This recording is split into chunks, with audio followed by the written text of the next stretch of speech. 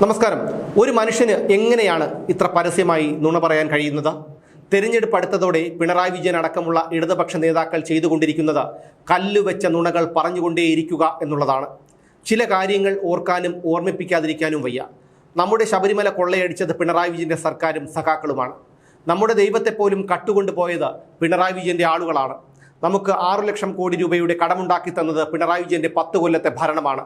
നമ്മുടെ വൈദ്യുതി ബില്ല് കൂട്ടിയതും നമ്മുടെ വെള്ളക്കരം വർദ്ധിപ്പിച്ചതും നമ്മുടെ കെട്ടിട നികുതി 200 ഇരട്ടിയാക്കി വർദ്ധിപ്പിച്ചതും പിണറായി വിജയനാണ്. ജീവിക്കാൻ കഴിയാത്ത തരത്തിൽ ആവശ്യ സാധനങ്ങൾക്ക് വില കൂട്ടിയതും നികുതി ഭാരം കൂട്ടിയതും വിജയനാണ്. ഒരിക്കലും നടക്കാത്ത റെയിലിന്റെ പേരിൽ 100 കണക്കിന് കുടുംബങ്ങളുടെ മുറ്റത്ത് മഞ്ഞക്കുറ്റി അടിപ്പിച്ചവനാണ് പിണറായി വിജയൻ. ബാറുകൾ പൂട്ടും, സ്കൂളുകൾ തുറക്കും എന്ന് പറഞ്ഞ് അധികാരത്തിൽ കയറിയിട്ട നാടുനീളെ മദ്യശാലകൾ തുറന്നുകൊടുത്തവനാണ് പിണറായി വിജയൻ.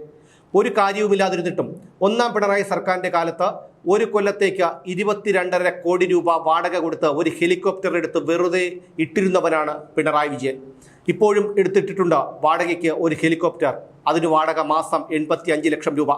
പാർട്ടി കൊലയാളികളെ രക്ഷിക്കാൻ പൊതുഖജനാവിൽ നിന്ന് മുടക്കിയത് കോടികളാണ്.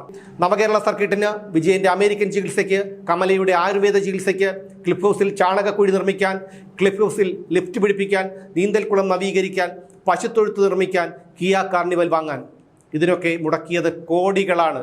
ഇതിൽ അണപ്പൈസ പോലും വിജയന്റെ തറവാട്ടിൽ നിന്ന് കൊണ്ടുവന്നതല്ല.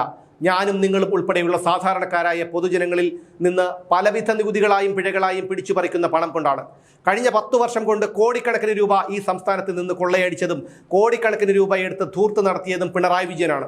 110 കോടി രൂപ മുടക്കി 25 തവണ പിണറായി വിജയൻ കുടുംബസമേതം, അതായത് ഭാര്യയും മകളും ചെറുമകനുമടക്കം വിദേശ ഉല്ലാസ യാത്ര നടത്തി പിണറായി വിജയൻ.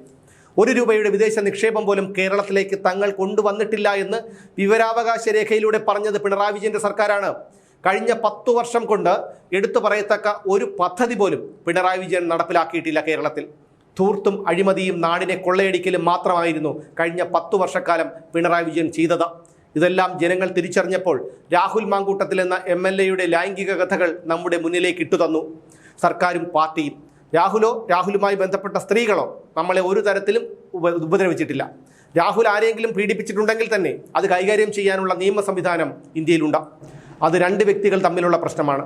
ഇക്കിളിക്കഥകൾ എഴുതി വിറ്റ് ഉപജീവനം നടത്തിയിരുന്ന മാപ്രകൾക്ക് കാശുണ്ടാക്കാനുള്ള ഒരു വഴി മാത്രമായിരുന്നു രാഹുലും അയാളുമായി ബന്ധപ്പെട്ട സ്ത്രീകളും. ദയവായി അത് മനസ്സിലാക്കുക. സർക്കാരിൻ്റെ വീഴ്ചകളും അഴിമതികളും ജനങ്ങൾ ചർച്ച ചെയ്തു തുടങ്ങിയപ്പോൾ കേരളത്തിലെ ജനങ്ങൾക്ക് ചർച്ച ചെയ്യാൻ ഒരു പെണ്ണ് കേസ് ഇട്ടു തരികയായിരുന്നു പിണറായി വിജയൻ ചെയ്തത്. നമ്മുടെ നികുതിപ്പണം എടുത്ത് എന്ത് മാങ്ങാത്തൊലിക്കാണ് പിണറായി വിജയ താൻ പെണ്ണുപിള്ളയെയും മകളെയും ചെറുമകനെയും കൂട്ടി വിദേശ സർക്കിട്ടടിച്ചത് എന്ന് സ്വതസിദ്ധമായ മലയാളത്തിൽ നമ്മൾ അയാളോട് ചോദിക്കണം. അതല്ലേ വേണ്ടത്? അതെ, അതാണ് വേണ്ടത്.